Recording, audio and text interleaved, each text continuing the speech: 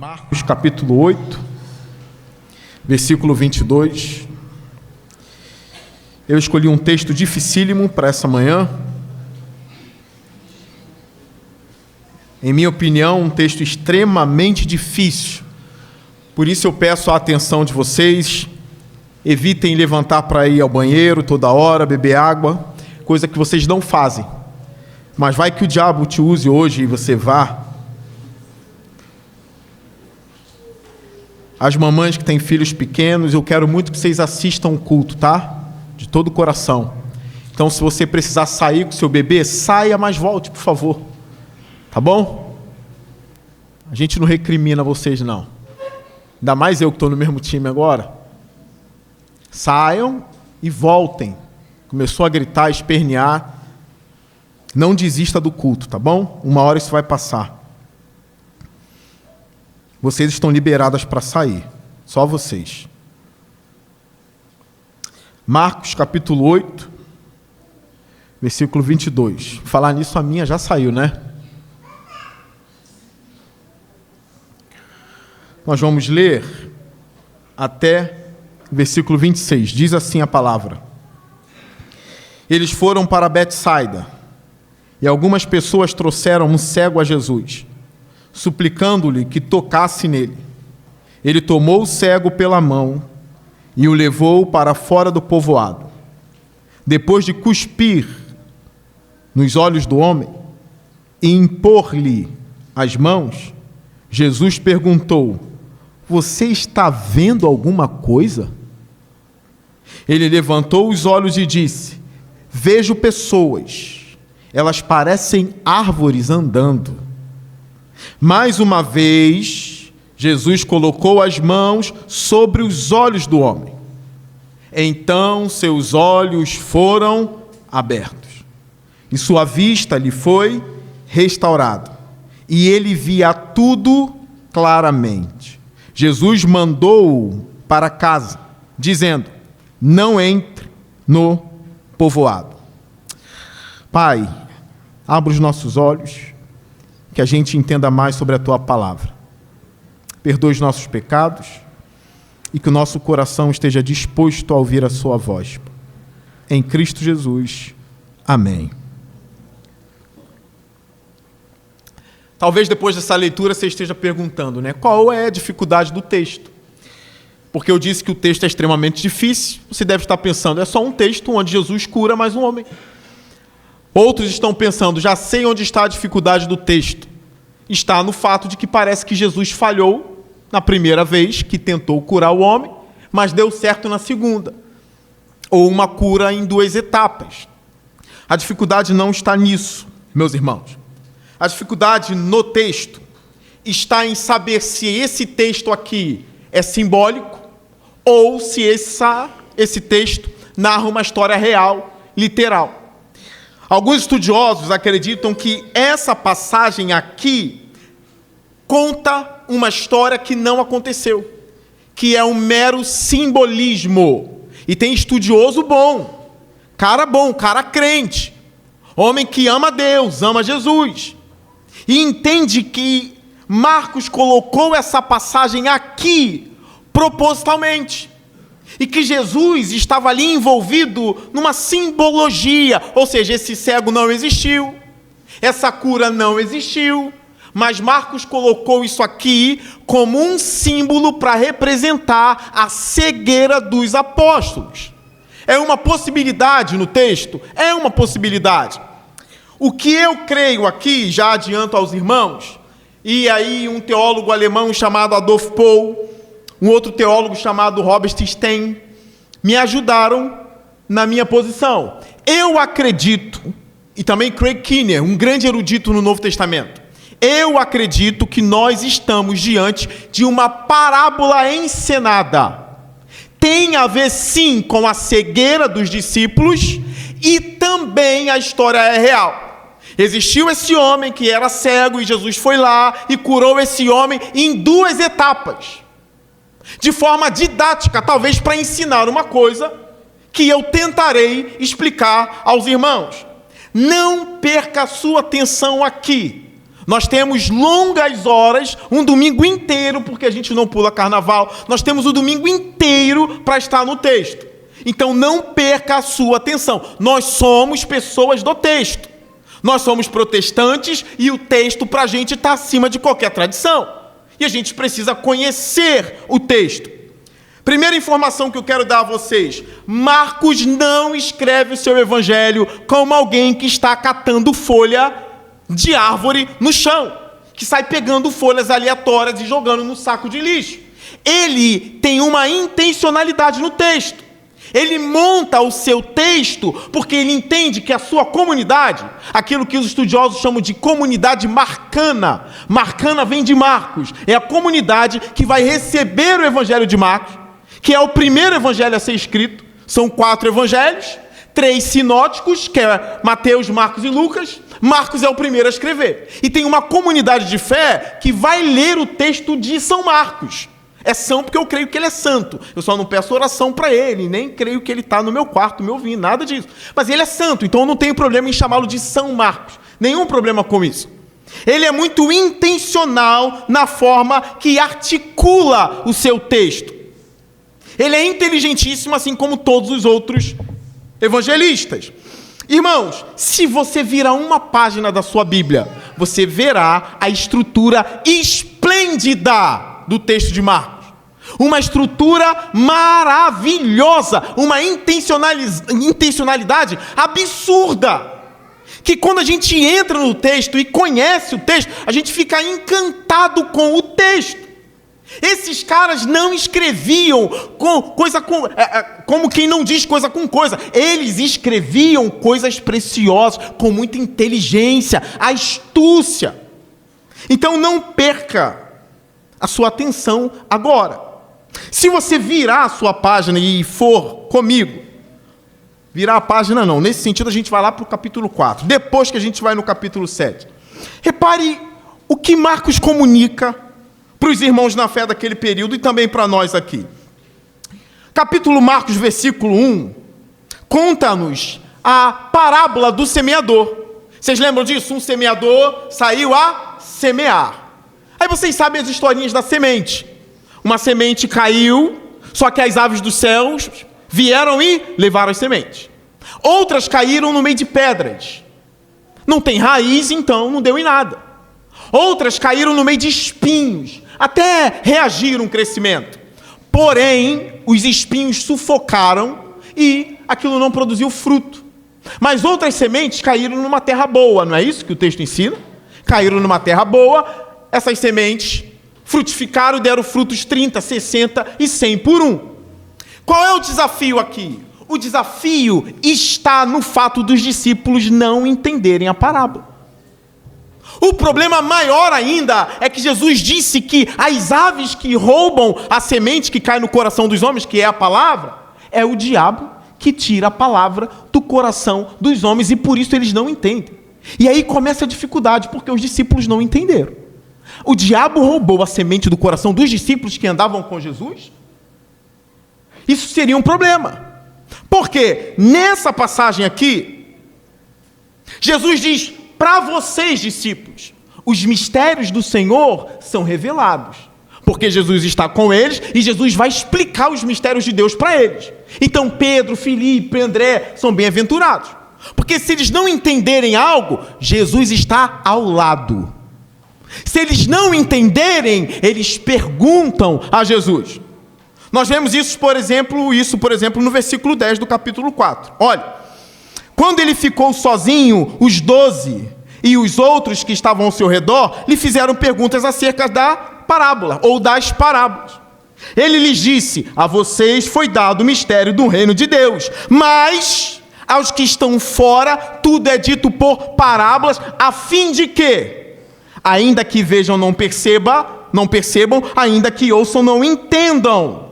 Onde está esse texto? Nós lemos inicialmente no culto Isaías. Ainda que vejam, não percebam. Ainda que ouçam, não entendam. O que a gente está diante aqui? A gente está diante de olhos e ouvidos. Ainda que vejam, não percebam.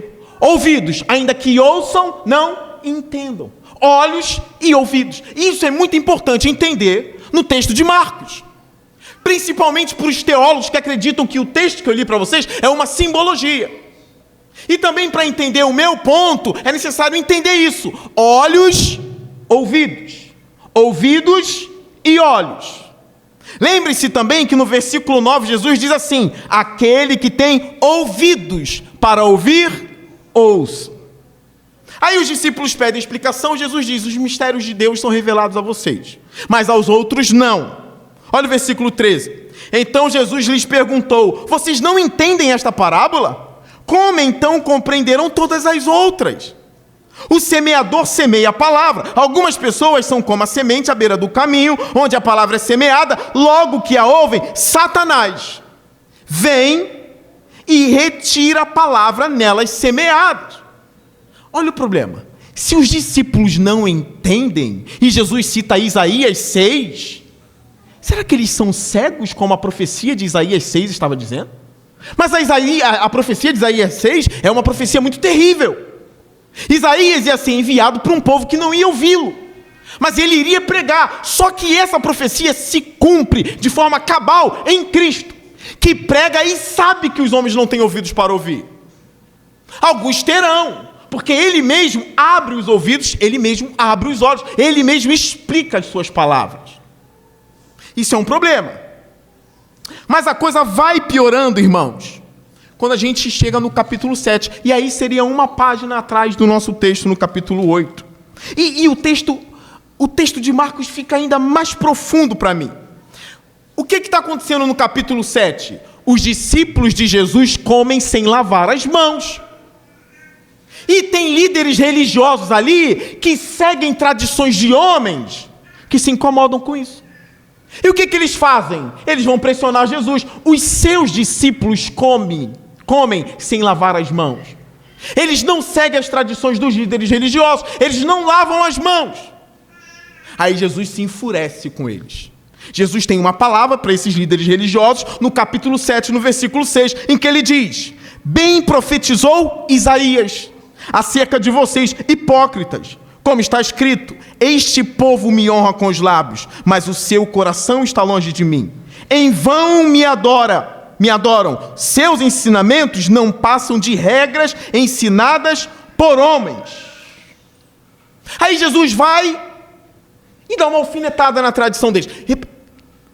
Primeira observação aqui. Nunca tradição religiosa estará em pé de igualdade com as Escrituras. Nunca. A tradição religiosa ensinava que você não poderia comer sem lavar as mãos. Os fariseus levavam isso a sério. Os mestres da lei levavam isso a sério. O problema, para mim, não é nem a tradição. É eles usarem a tradição como um primor. Algo primoroso que serve para julgar a conduta alheia. Esse é o problema. Eu não tenho problema se eles lavam a mão, mas eles não condenam os outros por isso. Eles seguem uma tradição e eles limpam as mãos. Vai que tocou em algo impuro, eles são judeus, não pode, tem que lavar as mãos. O problema é quando eles usam a tradição como ferramenta de juízo. Ferramenta de juízo são as Escrituras. Ferramenta de juízo são as profecias. Aí Jesus diz assim: vocês anulam a palavra de Deus por causa da tradição de vocês. Os fariseus são os cegos da parada, tá bom? Os fariseus são os cegos. Vocês usam essa tradição e está na moda negócio de católico, né? De tradição. Quando a tradição se colocar em pé de igualdade com as Escrituras, nós evangélicos, pela graça de Deus, protestantes, diremos: dane-se a tradição. Não tem problema. Aí Jesus usa a tradição deles, alfineta a tradição deles, dizendo: vocês sabem que a palavra do Senhor, escrita, tá? Diz para honrar pai e mãe. Mas vocês criaram na tradição de vocês algo mais ou menos assim: pai e mãe, eu não vou poder ajudar vocês nessa temporada não, porque a minha oferta financeira eu dediquei ao Senhor no tempo. Essa era a tradição, Corbã. Aí Jesus diz: vocês estão anulando a palavra, porque a palavra manda honrar o pai e mãe, e não torrar o dinheiro em templo, ou usar essa desculpa para não ajudar financeiramente os pais. Olha onde Jesus pega eles. A Escritura é superior à tradição. E um outro ponto, se eles estudassem um pouco mais profundamente o profeta Jeremias, eles saberiam que o problema do homem está no coração e não em não lavar as mãos. Vocês lembram o que Jeremias disse? O coração do homem é desesperadamente corrupto e mais enganoso que todas as coisas. A sua doença é incurável. É o coração. As nossas mazelas estão no coração. A nossa doença está no coração. Aí que vai entrar aqui aquele texto bem famoso, em que Jesus diz assim: ouçam-me, ouvido, todos, e entendam. Ouçam-me e entendam. Isso está lá no versículo 14. Não há nada fora do homem que contamine o homem. O que contamina o homem é o que sai. Aí pronto. Os discípulos vão entender. Porque eles são de Jesus, né? Eles vão entender. Jesus está ensinando algo que os discípulos vão entender. Aí, para piorar, no versículo 16, Jesus diz assim: se alguém tem o quê? Ouvidos para ouvir, ouça. Quem tem ouvidos para ouvir? Aí os discípulos depois chamam Jesus: a gente não entendeu nada, Senhor. Vocês não entenderam. Mas eu acho que a gente também não ia entender não, né? O que contamina o homem não está fora do homem. O que contamina o homem é o que sai do homem. O que sai? A gente come, elimina as coisas. Como é que isso contamina? Eu não estou entendendo. O que está fora não contamina, o que sai que contamina, o que sai? A gente sabe o que sai. Como que isso pode contaminar? Eu não estou entendendo nada. Aí Jesus tem uma palavra para eles no versículo 18. Será que vocês também não conseguem entender? Irmãos, isso é muito sério, tá? Vocês compreendem as palavras do Senhor? Vocês compreendem pelo menos os sermões? Vocês conseguem entender as instruções do Senhor? Vocês têm pelo menos ouvidos para ouvir? Porque isso é importante no Evangelho de Marcos. Vocês também não conseguem entender. Por que isso é importante? Porque no versículo 31, a gente tem a cura de um surdo. E é mais um texto que para muitos estudiosos é simbólico. Como que seria a estrutura? Seria mais ou menos assim. Jesus fala de ouvidos. Aí ele vai e cura um homem surdo.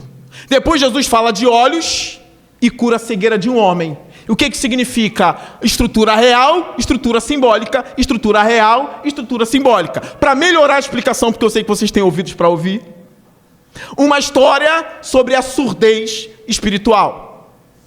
E depois um simbolismo para denunciar essa surdez.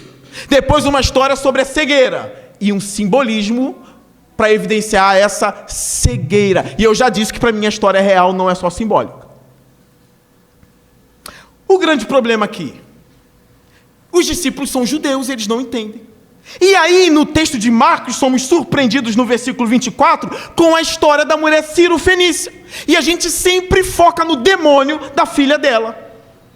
Lembra que ela vem até Jesus? A minha filha está endemoniada. Vocês lembram disso? Porque até as crianças comem das migalhas dos cachorrinhos. Vocês lembram disso? E a gente sempre foca onde? No demônio. Mas Marcos não quer focar no demônio. Essa não é a questão para Marcos.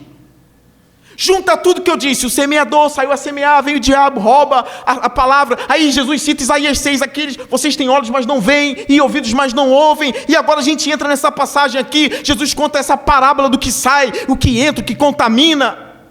E aí vem essa mulher do nada, Ciro-Fenícia: expulsa o demônio da minha filha. O que tem a ver com a história?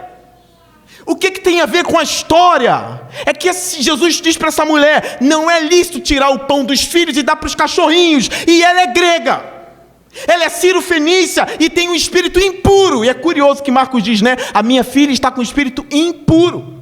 Impureza das mãos, a impureza do coração. E agora um demônio que é impuro. Aí ela que é grega, não é judia, ela que é Ciro-Fenícia, ela entende a parábola. Aqui que está o problema: ela não é judia. E ela diz: mas até os cachorrinhos comem das migalhas que caem da mesa das crianças. Bum! Vocês andam comigo e não entendem. Ela é grega, tem um demônio em casa e ela entende. E aí? Eles andam com Jesus e não entendem nada. Eles não entenderam a semeadura, eles não entenderam agora o que sai contamina. Aí a mulher grega entende de primeira. E ela tem um demônio em casa que não rouba a palavra do coração dela. Como é que fica isso? O que Marcos está querendo ensinar para a gente? Isso não está à toa aqui. A gente foca no demônio, mas tem que focar numa mulher grega que entende o que Jesus fala. Isso choca a gente. Ela não é do rebanho, ela não é das ovelhas, ela não é judia. Ovelhas que eu digo judeus, tá? E ela tem uma filha possessa, ela vai até Jesus, ela sabe que ele tem poder para curar, e ela entende o que ele fala. Aí no versículo 31, a seguir Jesus saiu dos arredores de Tiro e atravessava Sidom, até o mar da Galiléia, região de Decápolis. Ali algumas pessoas lhe trouxeram um homem que era surdo. Aqueles que têm ouvidos para ouvir, ouçam. E aí trouxeram um homem que era surdo. E uma mulher grega entendeu, e os discípulos não entenderam. Aí agora vem um homem surdo. O que Jesus faz com ele? 33. Depois de levá-lo à parte, longe da multidão, Jesus colocou os dedos nos seus ouvidos. E em seguida cuspiu. As duas passagens falam de cuspe, né? A cura do cego que eu li para vocês e agora a cura do surdo. As duas falam de cuspe. Qual é a outra coisa importante? Só o Evangelho de Marcos conta essas duas histórias. A desse homem aqui, que ele vai dizer, Efatá, abra-se. E os ouvidos do homem se abrem. Na outra que a gente leu, e nós vamos entrar mais propriamente nela, é um homem cego que ele vai cuspir.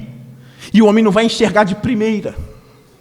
E eu vou explicar para vocês mais ou menos o que eu creio nisso. O problema é que depois de Jesus curar o surdo, vem a multiplicação dos pães. Olha na sua Bíblia. Nós não leremos todo o texto da multiplicação. Mas o que tem a ver? O que tem a ver a multiplicação? Marcos não é o idiota, tá? Marcos não é o ignorante. Ele conta a história da multiplicação dos pães.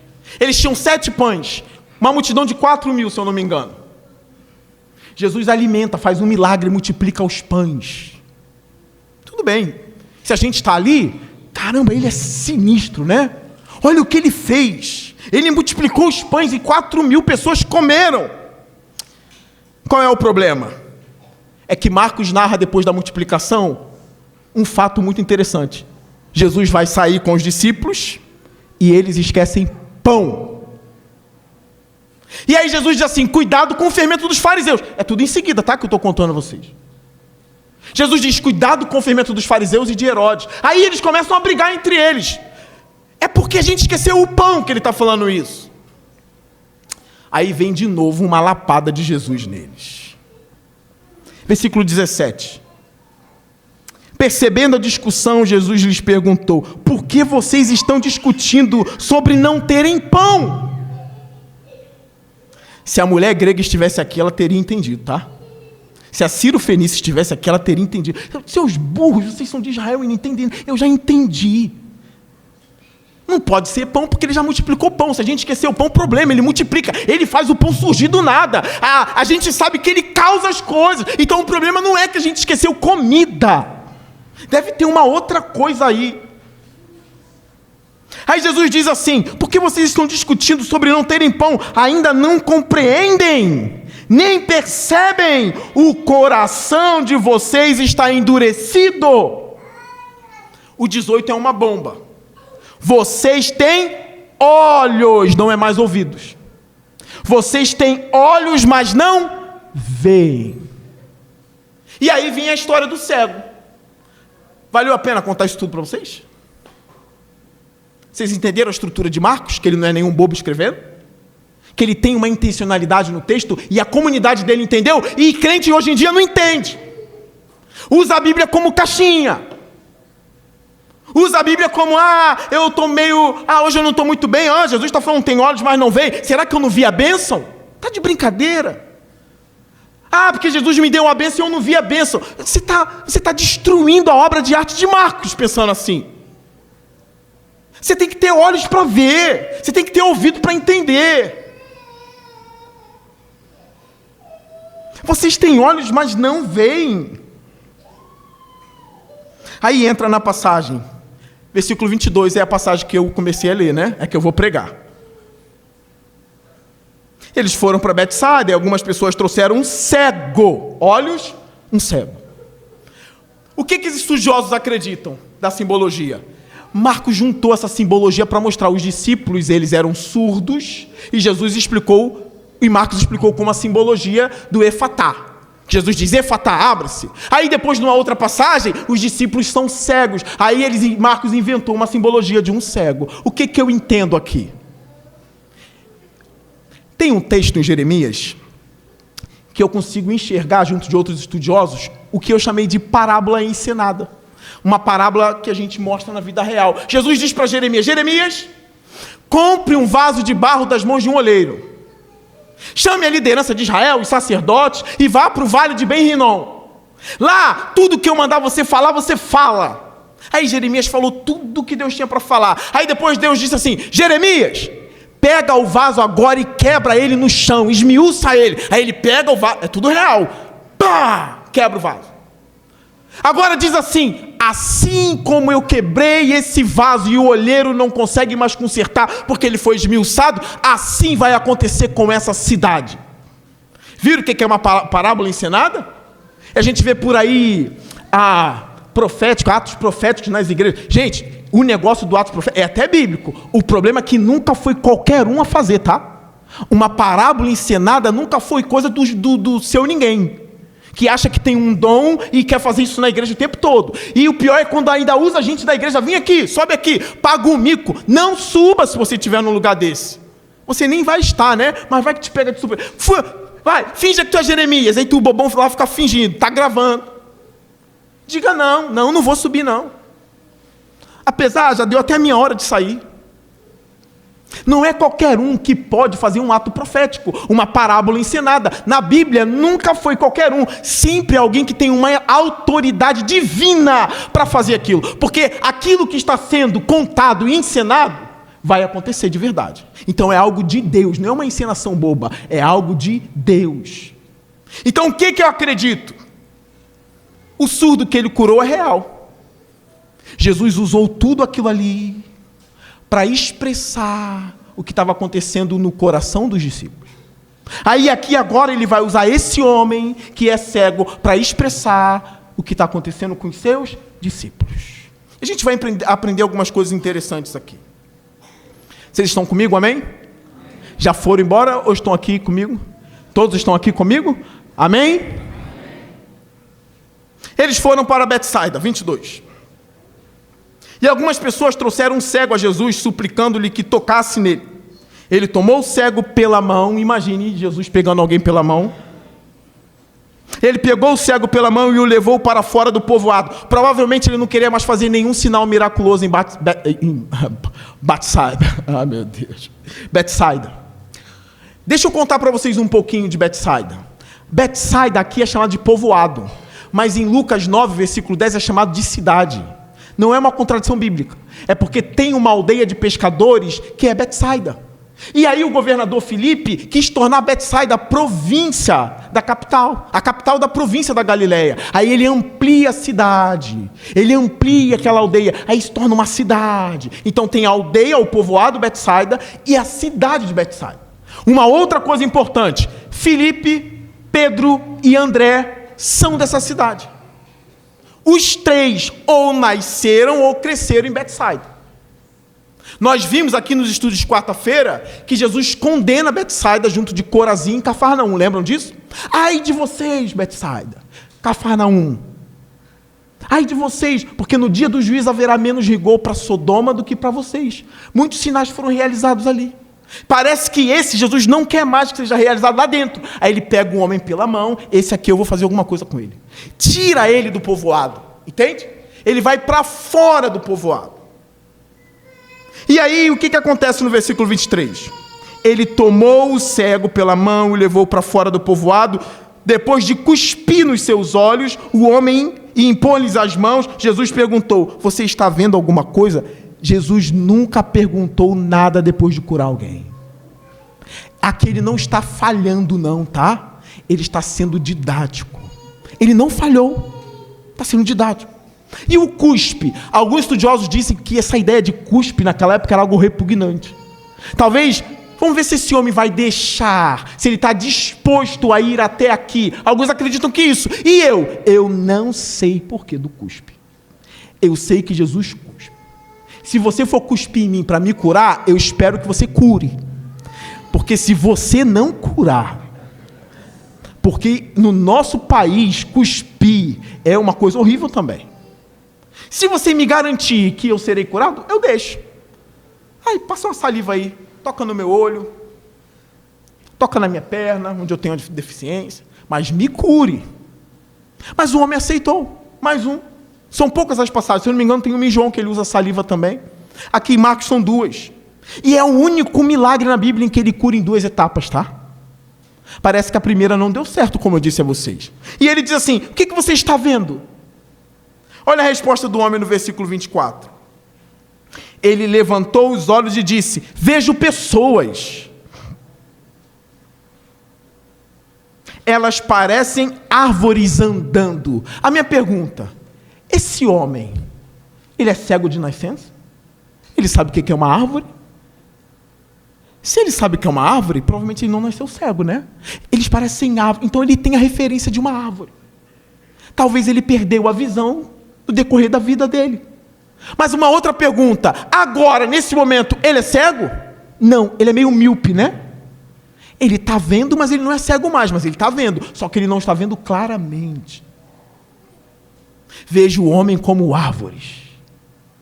Vejo o homem como árvores. Lembra dos discípulos? Aí Jesus faz uma coisa. Versículo 25. Mais uma vez, Jesus colocou as mãos sobre os olhos dele. Alguns acreditam que a ideia é das 2 mãos nos olhos. Nada de cuspe agora. As mãos. Então seus olhos foram abertos. Qual é a novidade agora? Qual é a esperança para vocês que veem homem como árvores? Que estão na fé, mas ainda não têm a plenitude da fé. Que compreendem Jesus, mas ainda não compreendem ao bastante. Qual é a esperança? E sua vista lhe foi restaurada e ele via tudo o quê? Claramente. Eu li alguns comentaristas e o que eu mais li na minha vida foram comentários exegéticos em toda a minha vida. Foi o que eu mais li em todo... Não é porque eu gosto, não.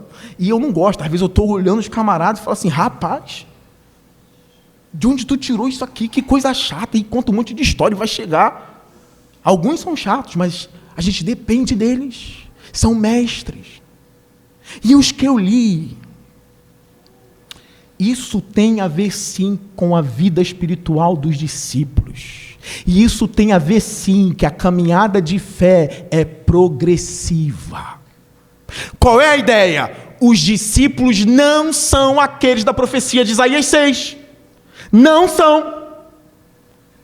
Isaías, você vai pregar para um povo que tem olhos, mas não vê, que tem ouvido, mas não ouve, e eu destruirei todo mundo. E aí tem um remanescente. Os discípulos não são esses que não têm olhos, mas não veem, não. Eles andam com Jesus, mas eles ainda não veem claramente. Os cegos são os fariseus e os outros que rejeitam Jesus. Quem são os discípulos? Eles ainda são míopes. Eles são míopes. Às vezes eu me vejo neles. Eu já estou vendo, mas ainda não estou vendo. Eu estou vendo as pessoas se moverem, mas parecem árvores.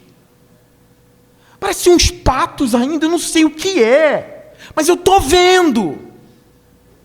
Onde isso fica claro? A seguir, Marcos nos conta uma coisa muito linda. O que os homens dizem que eu sou? Uns dizem que tu é Elias, outros dizem que tu é João Batista, outros dizem que tu é um profeta. E vocês?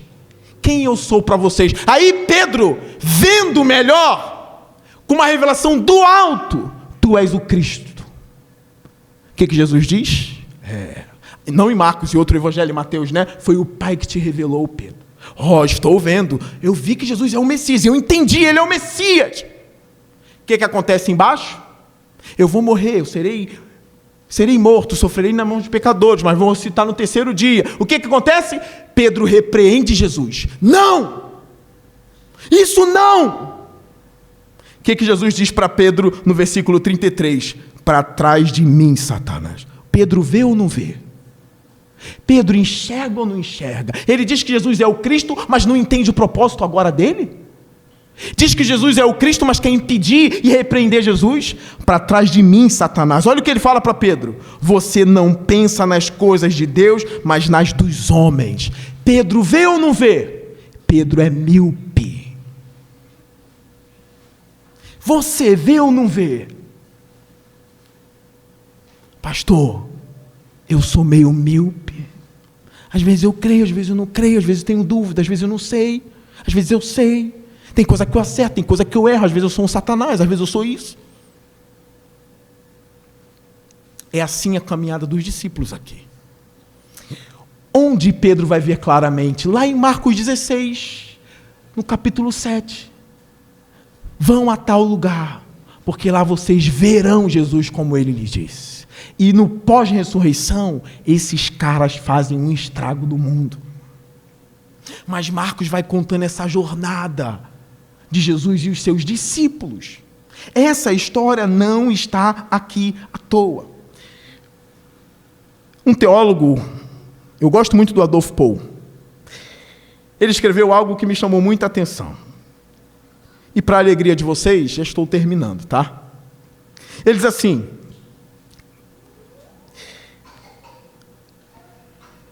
essa história está aqui em contraste com os fariseus. O que os diferenciou dos fariseus não foi a experiência de mais e maiores milagres. Também não uma reflexão mais aprofundada ou prestar melhor atenção no sermão. Seu segredo consistiu, sim, plenamente em estar com Jesus da Galileia até Jerusalém. Esse foi o segredo. E que eles continuaram sendo objeto da dedicação de Jesus, passando pelos vales profundos do caminho e dos fracassos deles. Sua condição de discípulos não consistia, nisto está a ênfase, em um reconhecimento pronto de Jesus, mas em um processo de reconhecimento mantido pelo próprio Jesus. Qual é o segredo? O que diferenciou eles dos outros? Eles continuaram com Jesus da Galileia até Jerusalém, até a morte e depois a ressurreição. E ser um discípulo não consiste em ter todas as informações sobre Jesus de pronto, como um pacote que vem assim, é tudo isso aqui. Não, mas é um reconhecimento progressivo na caminhada. Isso é meio estranho, né? Eu já vou entrar nas aplicações aqui. Por várias vezes eu me vi um míope. Por várias vezes. O que está acontecendo com a minha fé nesse mês? O que está acontecendo com a minha visão espiritual esse mês? O que está acontecendo comigo? Por que a caminhada é assim? Qual é o segredo? Não abandonar Jesus, porque nós somos alvos da dedicação dele. E ele tem poder para dizer: Leonardo, está vendo alguma coisa? Senhor, estou vendo só árvore. Agora você verá claramente, porque eu sou um alvo da dedicação de Jesus. Alguns aqui enxergam melhores que outros, isso faz parte da caminhada. O texto, na minha opinião, é dificílimo, mas é absurdamente belo. Os discípulos caminhavam míopes, mas isso não impedia eles de estarem com Jesus. Mulher de pequena fé, continue ao lado de Jesus. Homem de pequena fé, continue ao lado de Jesus Cristo. Vamos acabar o sermão? Eu tenho 5 aplicações que devem durar mais meia hora.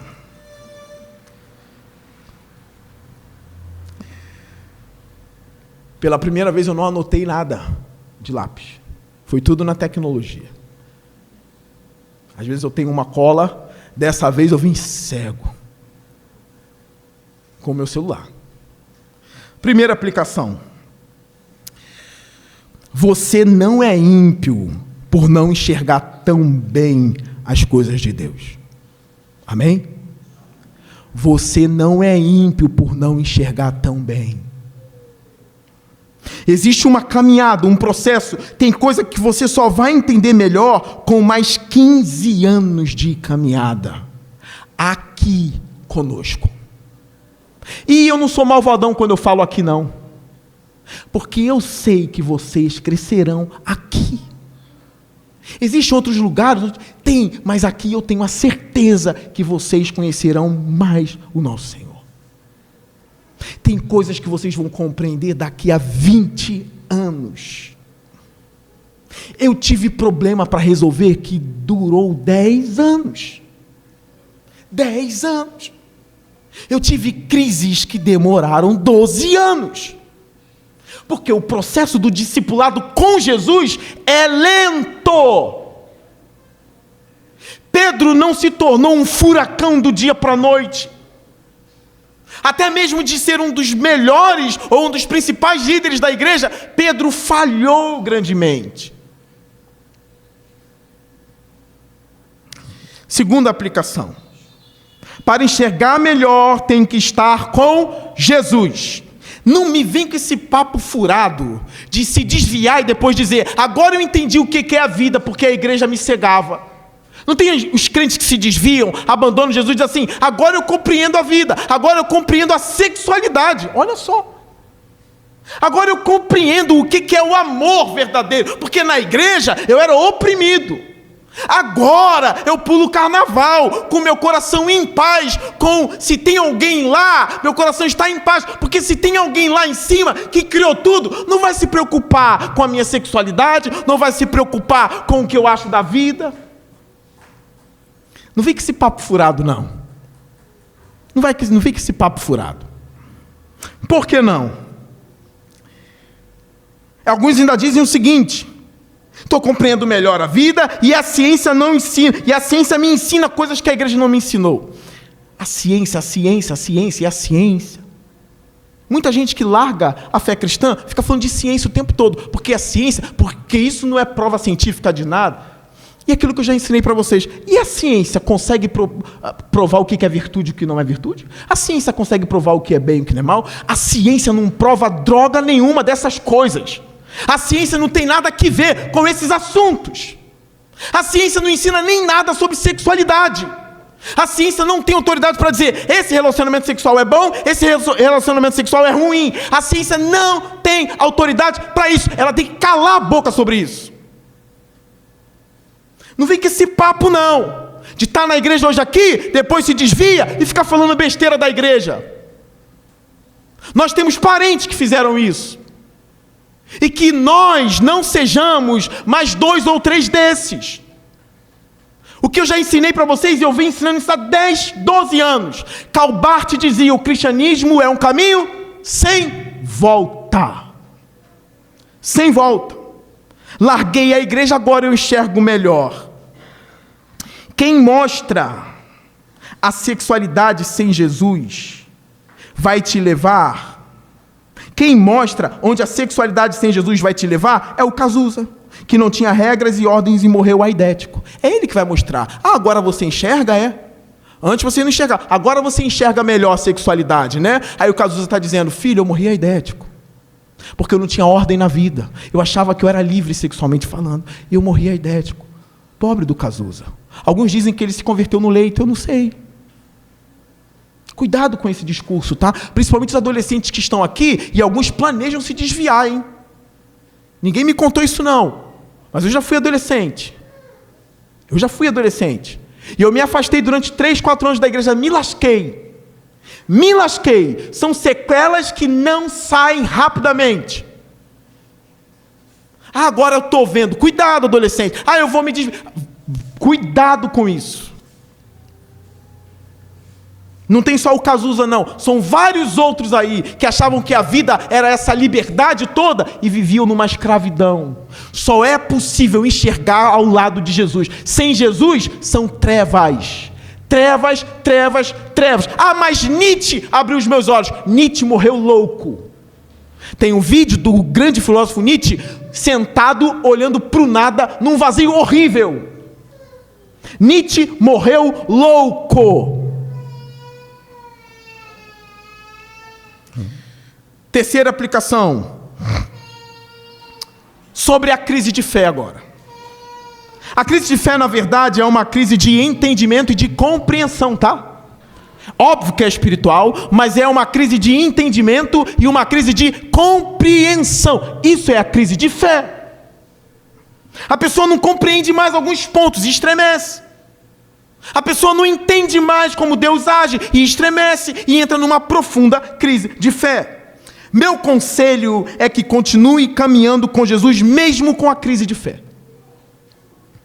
Continua caminhando. Mas como é que eu vou continuar? E a minha sinceridade? Irmãos, você está míope agora, só continua, tá bom? Porque nós vimos que mesmo vendo o homem como árvores, vocês são bem-vindos perto de Jesus. Amém? Amém. Continua. Pastor, eu entrei numa profunda crise de fé. Então, para ser sincero, eu vou embora da igreja. Não, você ficou míope. Míope, continua caminhando. Mais um conselho. Separem livros e materiais de especialistas que tratam das questões que têm trazido dúvidas a vocês. Separem livros, materiais desses especialistas. E aí eu posso citar alguns exemplos. Pastor, estou com sério problema com a questão do mal no mundo. Por que Deus é bom, poderoso e tem mal no mundo? Separe o material. Compra lá o problema do sofrimento do C.S. Lewis. Comece por ele. Leia. Uma excelente obra de uma mente gigantesca. Você vai entrar na mente do Lewis, você vai entrar no oceano, tá? Ainda mais a mente do Senhor. Se a mente do Lewis é um oceano, quanto mais a de Jesus, hein? Você vai entrar e falar, caramba, esse cara é bom demais. Ah, mas agora eu estou mais intelectual. Pega o livro do Plantinga, sobre o problema do mal. Estuda o Alvin Plantinga, um filósofo. Está vivo ainda, está velhinho, mas está vivo. São caras que se debruçam. Eles são especialistas na área. Na área. Pastor, e como lidar com a dúvida? Como andar míope assim? Compre o livro do Alistair McGrath, Como Lidar com a Dúvida. Eu dei um de presente para esse cara aí. Fui eu que te dei, você lembra? Fui eu que te dei. Tem que me dar um. Como lidar com a dúvida? Dei para ele, tem muito tempo. Leia o livro, ele vai te ensinar como lidar com as suas dúvidas, o que fazer. Eu já estou te dando algumas pistas aqui, que são preciosas. Ah, pastor, o meu problema da dúvida são dúvidas gerais agora. Eu fui afligido em todas as áreas do cristianismo. Leia o livro do Kelly, Fé na Era do Ceticismo. Ele fala de vários tópicos. Ah, mas eu quero algo mais. Cristianismo puro e simples de C.S. Lewis. Eu tenho outras literaturas mais pesadas, mas fiquem aí. Se você está com crise de fé, você vai ter que buscar Jesus nas linhas. Você vai ter que orar e ler, Senhor, esse mestre que o Senhor levantou, fala comigo também através dele, porque Deus fala através dos mestres. Não, pastor, o meu problema, a minha crise de fé, é que eu descobri que na Bíblia tem erro. Sabe que não tem, né? O que você acha que é, não é. O que tu chama de erro, para os judeus daquele tempo não era. É sua mente ocidental que está achando isso. Então eu indico lá a confiabilidade das escrituras do F.F. Bruce. É um especialista na área. Leia. Daniel Wallace é um presente de Deus para a gente e fala disso o tempo todo. É uma das maiores mentes sobre os manuscritos, sobre esses problemas do texto. Bem, deixa eu ir para o outro. Se você tiver algum problema, procure, que eu sou bom para indicar livro. Não sou bom para ler, não. Sou bom para indicar eles. Quarto, a igreja local é importante para seu crescimento de visão em Jesus Cristo. Você precisa dos sermões do seu pastor. E eu não terei uma falsa humildade aqui. Eu lembro que Paulo disse para Timóteo: não deixe ninguém diminuir vocês. Aqui minha palavra, tá? Não deixe ninguém diminuir você, Timóteo. Que ninguém o despreze, Timóteo. Escute, o que eu vou falar é seríssimo para vocês. E eu sei da responsabilidade do que eu estou falando. A igreja local é muito importante. Você precisa dos sermões do seu pastor. Os discípulos continuaram juntos, mesmo sem enxergar direito, seguindo Jesus. Juntos! Porque você ousa fazer isso separado da igreja? Maluco! Como tu ousa se ausentar, cara?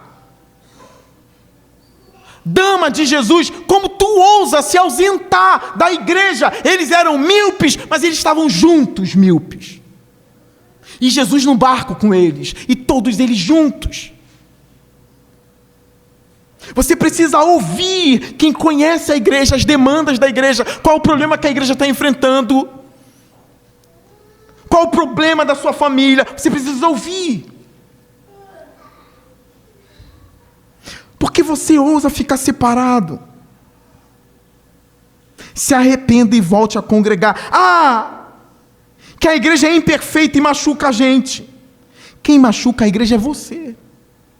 Com sua cegueira e falta de entendimento e sabedoria, você machuca a igreja porque está míope também. Você machuca. Congregue mais, socialize mais. Socialize mais. Congregue mais. Domingo é um compromisso feito com a igreja. Você deve estar presente. É um compromisso, a gente jurou. É o dia da ressurreição do nosso Senhor. E é um bem danado para a sua casa. Entenda isso. Ainda que tenha 2 pessoas aqui, eu estarei pregando. Quem está se lascando é você. Eu e minha casa serviremos ao Senhor. Agora a sua? A minha tem que se arrumar e vir. Hoje a minha esposinha levantou às 6 da manhã, fez meu ovinho. Arrumou, acho que o Mateus falou isso na aula, arrumou as roupas ontem. Porque agora não é mais como antes, não. A gente tem uma bezerrinha lá, que quer mamar às 6:30 da manhã e tem que sair de casa. E como o Mateus disse na aula da EBD, tem que preparar um dia antes. Eu não faço isso não, mas graças a Deus que minha esposa fez. Eu estava lascado também, eu tinha que ficar deitado um pouco. Mas ela fez, ela arrumou tudo, porque para a gente estar na casa do Senhor é algo importantíssimo. Congregue. É que meu marido é muito inteligente, pastor. E disse que Jesus não mandou ir domingo para a igreja. Ele disse que Jesus disse que tem que ir todo domingo. E meu marido é muito inteligente. E você não leu o livro de Atos, não? Que a igreja estava sempre unida. E se reunia sempre no primeiro dia da semana. E partia o pão sempre no primeiro dia da semana. E eles oravam, estavam debaixo dos ensinos dos apóstolos, sempre no primeiro dia da semana. E repartiam o pão e fazia tudo e não havia falta com ninguém. Eles sempre andavam juntos. Seu marido é mais inteligente que a Bíblia. Hebreus 10:25. Não deixe de congregar como é costume de alguns. Diz para o seu marido: Satanás, vai-te. Porque Pedro também foi chamado disso. Tu não é mais inteligente que o texto. Uma outra coisa. E meu pastor e o meu marido é o pastor da minha casa. Cuidado, hein? Eu entendo que como cuidador, ele exerce uma função pastoral de cuidado. Mas em nenhum lugar das Escrituras o marido é o presbítero da casa, a não ser que ele seja o presbítero da igreja. O presbítero da igreja governa bem lá, mas ele é o presbítero da igreja.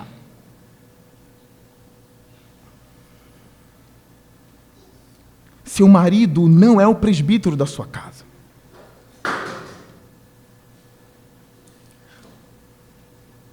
Seu bispo são os pastores da sua igreja. Entenda isso de uma vez por todas. Os seus bispos são os pastores que Jesus levantou por meio do Espírito na igreja. Vocês precisam ouvir o que os presbíteros de vocês ensinam. Eu não estou aqui para me diminuir nesse sentido. Eu preciso da graça tanto quanto vocês. Eu não sou narcisista, eu não sou tirano, eu não sou nada disso, mas eu quero que a família de vocês vá bem. Eu quero que a fé de vocês vá bem e eu quero ver vocês na glória. Eu quero ver vocês bem. Sejam humildes, por favor. Sejam submissos, por favor. Amem a congregação de vocês. Aqui é o lugar onde o texto é aberto e os seus olhos são abertos com o texto. Amém? O texto é aberto e os seus olhos são abertos. Pastor, essa semana eu pude ver um pouco mais.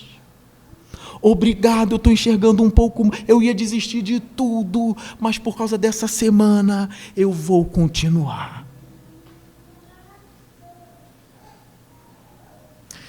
E eu sei que isso pesa muito mais sobre mim, porque eu vou prestar conta. Que o Senhor não me deixe míope, que eu possa enxergar muito bem, para fazer vocês enxergarem também. Quinta e última, é muito rápido. A quinta e última é terminar lendo Efésios 1:15 e acabou. Abra sua Bíblia lá em Efésios 1:15 e eu prometo que acabou.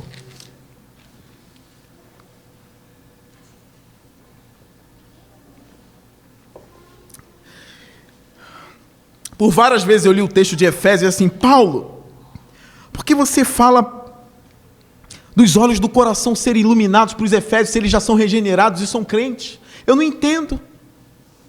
Porque eles são crentes, Paulo, você escreve para crente, e a pouco tu solta uma bomba para eles, que os olhos do coração de vocês sejam iluminados. Como assim? Já foi, Paulo. Versículo 15 do capítulo 1. Por essa razão, desde que ouvi falar da fé que vocês têm no Senhor Jesus e do amor que demonstram para com todos os santos, eles são crentes, amém? São crentes, né? São.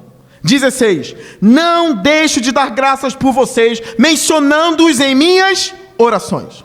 Peço nas minhas orações que o Deus de nosso Senhor Jesus Cristo, o glorioso Pai, lhes dê o espírito de sabedoria e de revelação no pleno conhecimento dele. 18.